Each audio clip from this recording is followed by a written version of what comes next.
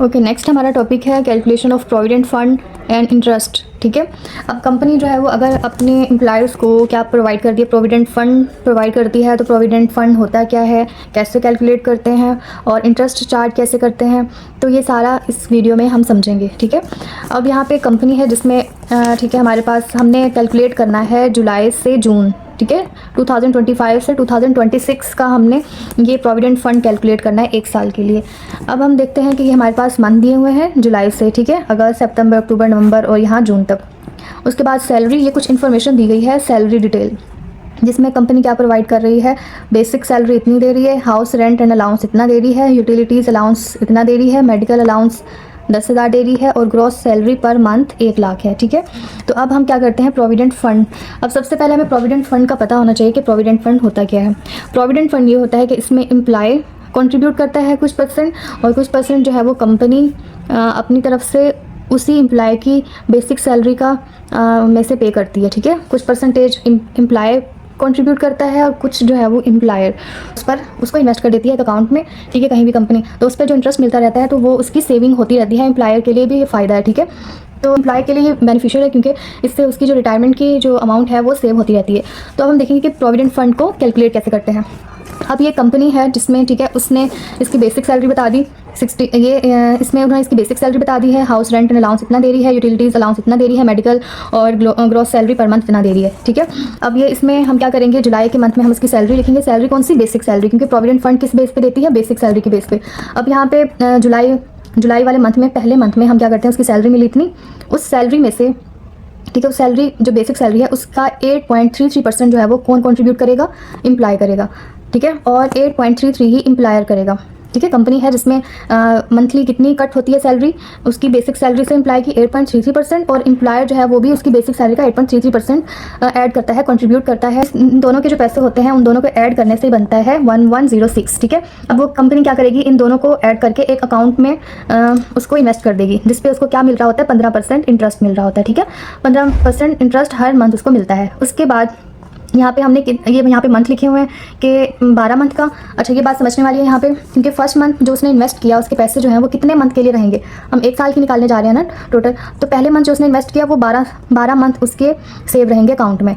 और जब हम दूसरे मंथ अगस्त में जो कंट्रीब्यूशन हुई उनकी 15% पर, तो वो कितने मंथ के लिए रहेगी, 11 मंथ के लिए रहेगी। ठीक है, इसी तरह फिर सितंबर में जो अमाउंट्स की कंट्रीब्यूशन सेव रहेगी वो कितने दिन के लिए रहेगी, कितने मंथ के लिए रहेगी, 10 मंथ के लिए रहेगी। इसी तरह जो है ना वो मंथ कम होते जाएंगे, क्योंकि जैसे जैसे मंथ जो है वो होते रहेंगे उनकी अमाउंट जो सेव रहेगी अकाउंट में कितने मंथ के लिए रहेगी, इसलिए मंथ जो है ना वो कम होते जाते हैं। ठीक है, जून क्योंकि में आखिरी मंथ होगा तो उसमें क्या होगी, सिर्फ एक मंथ के लिए ही उनके पैसे उस अकाउंट में सेव रहेंगे। तो इसलिए जो हम इंटरेस्ट निकालेंगे, अब हमने इसमें क्या निकालनी है, इंटरेस्ट अमाउंट निकालनी है। हर मंथ उसको उनको कितना इंटरेस्ट मिल रहा है ये हमने कैलकुलेट करनी है। तो अब ये वैल्यू कैलकुलेट की हमने कैसे की, इसको कैलकुलेट करने का ये फॉर्मूला है। ओके, अब इसकी जो अमाउंट है ये 15% है, 15 है ना, तो हम इसको क्या करेंगे, 15%। ठीक है, कितने साल के लिए हम उसको कर रहे हैं, कितने मंथ के लिए हम उसको कर रहे हैं, 12 मंथ के लिए। और कितने मंथ, ये वाली फर्स्ट मंथ वाली अमाउंट कितने मंथ रहेगी, 12 मंथ रहेगी। ठीक है, फिर उसको मल्टीप्लाई कर देंगे जो उसकी अमाउंट है दोनों कंट्रीब्यूशन करके 00116। ठीक है, क्योंकि इसको और इसको ऐड करने से जो एम्प्लॉय कर रहा है और एम्प्लॉय कर रहा है दोनों अमाउंट को हम क्या करेंगे, हम करेंगे इसको ऐड, और तो हमारे पास ये अमाउंट आएगी। इसका जो आंसर आएगा वो आएगा 1666। ठीक है, इसी तरह जब हम सेकंड मंथ करेंगे तब हम 15 को 12 से डिवाइड करेंगे, लेकिन ये अमाउंट जो है वो दूसरे मंथ कितने मंथ के लिए रहेगी, 11 के लिए। ठीक है, तो फिर हम यहाँ पे इसको चेंज कर देंगे 11। ठीक है, फिर हम करेंगे 15% डिवाइडेड बाय 12, उसको मल्टीप्लाई करेंगे 11 से और मल्टीप्लाई करेंगे 1106 जो उसकी टोटल अमाउंट वो रख रहे हैं। ठीक है, तो इसी तरह फिर जब हम करेंगे तीसरे मंथ के बाद पीछे कितने रह जाएंगे, ठीक है, 10 मंथ रह जाएंगे ना, क्योंकि हम 10वें मंथ कर रहे हैं, तो फिर इसको डिवाइडेड बाय 12 करेंगे, मल्टीप्लाई बाय 10 करेंगे। ठीक है, इसी तरह जब हम निकालेंगे अक्टूबर की, ठीक है, अक्टूबर की जब हम निकालेंगे तो हम इसको, क्योंकि 9 मंथ हो गए ना, तो हम 15 को डिवाइड करेंगे 12, मल्टीप्लाई बाय 9 करेंगे। फिर जब हम दिसंबर की निकालेंगे तो फिर इसको पीछे कितने रह जाएंगे, 8 रह जाएंगे। तो 15 बाय 12 सबको करते जाना है, मल्टीप्लाई बाय 8 और मल्टीप्लाई बाय ये टोटल अमाउंट जो वो रख रहे हैं अकाउंट में। ठीक है, तो इसी तरह हर मंथ जो है ना वो कम होती जाएगा, इंटरेस्ट जो है ना वो कम आता जाएगा, क्योंकि पीछे मंथ भी तो बहुत कम रहेंगे ना, क्योंकि कम मंथ के लिए हमारी स्टोर रहेगी। जो पहले मंथ का जो इंटरेस्ट है वो सबसे ज़्यादा होगा, 15% इसलिए होगा क्योंकि वो जो पैसे उन्होंने मंथ में अकाउंट में रखे वो 12 मंथ के लिए रहेंगे। दूसरे मंथ जो कंट्रीब्यूशन कट हुई ठीक है। 1106 वो 11 मंथ के लिए रहेगी, इसलिए इंटरेस्ट कम हो जाएगा। फिर जो तीसरे मंथ होगी वो 10 मंथ के लिए रहेगी, तो इसलिए उसका इंटरेस्ट 10 मंथ का ही आएगा। फिर उसका 8वें मंथ उसका 8 मंथ का इंटरेस्ट आएगा, 7 मंथ का। इस तरह फिर इंटरेस्ट की अमाउंट जो है ना वो कम होती जा रही है, जैसे जैसे ये वाली गलत है, ये वाली अमाउंट है, ठीक है।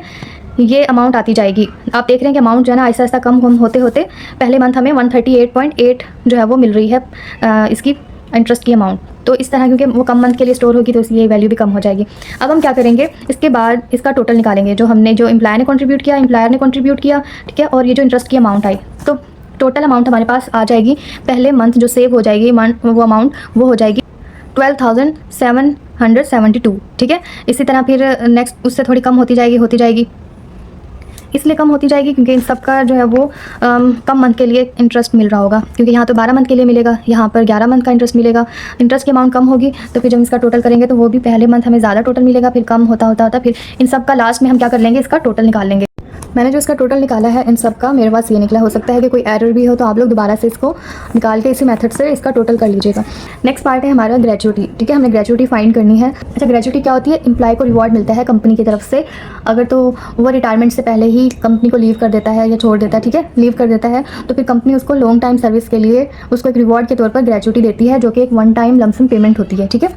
अब इसको निकालते कैसे हैं वो हम, अच्छा इसके लिए ना एक रूल है कि मिनिमम 3 मंथ अगर उसने काम किया है ना, फॉर एग्जांपल अगर उसने 5 साल काम किया है, उसके बाद आगे छठे साल में उसने 3 मंथ काम किया, तो वो फिर 6 मंथ काउंट हो जाएंगे, ठीक है। मिनिमम ईयर काउंट होने के लिए 3 मंथ काम करना ज़रूरी है।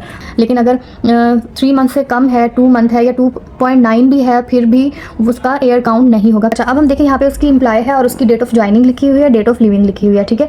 अब उसने ज्वाइन किया था 22 मार्च सन 2015 में और लीव किया 30 नवंबर सन 2025 में। अब हम 15 से 25 के दरमियान अगर साल काउंट करें कितने ईयर काम किया उसने, तो वो बनते हैं 10।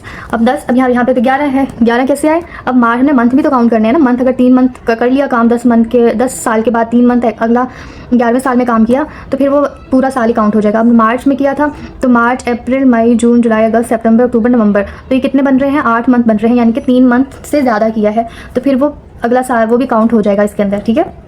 तो ये 11 हो जाएंगे।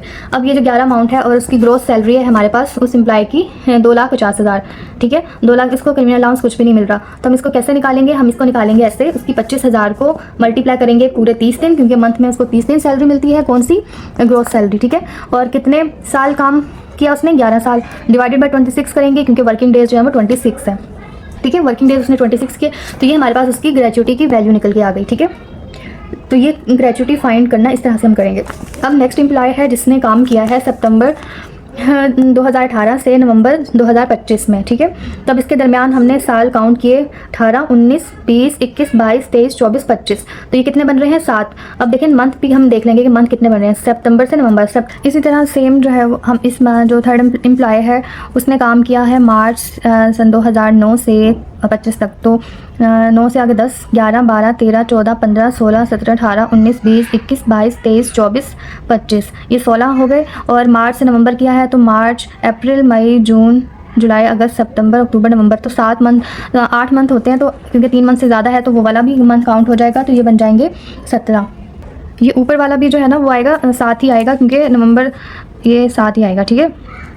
इसका भी 7 आएगा क्योंकि सितंबर, अक्टूबर, नवंबर, तो 2 मंथ हुए, 3 मंथ तो कंप्लीट नहीं हुए ना। 17 को इसके अंदर ना उन्होंने कन्वीनियंस अलाउंस भी दिया हुआ है, तो इसको हम कैसे करेंगे? इसको हम ऐसे करेंगे कि इसकी अमाउंट को इसके साथ पहले कर देंगे प्लस, ठीक है। ऐड करने के बाद जो अमाउंट होगी, टोटल अमाउंट आएगी, फिर हम उसको यहाँ पे लिखेंगे, उसके बाद 30 से मल्टीप्लाई करेंगे, फिर जितने साल काम किए होंगे 17 साल के काम, तो यहाँ पे 17 लिखेंगे और नीचे 26 लिखेंगे, तो हमारे पास ये अमाउंट आ जाएगी।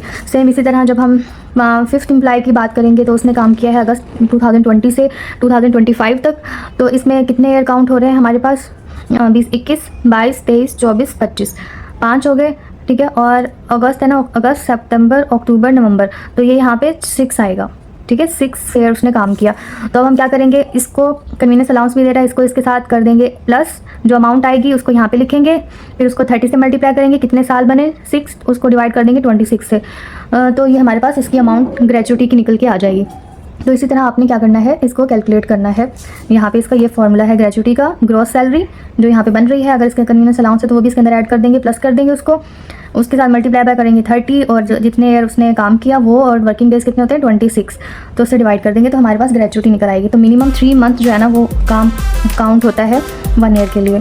तो ये था हमारे पास, हमने इस में फाइंड किया कैसे प्रोविडेंट फंड निकालते हैं और कैसे ग्रेचुइटी निकालते हैं।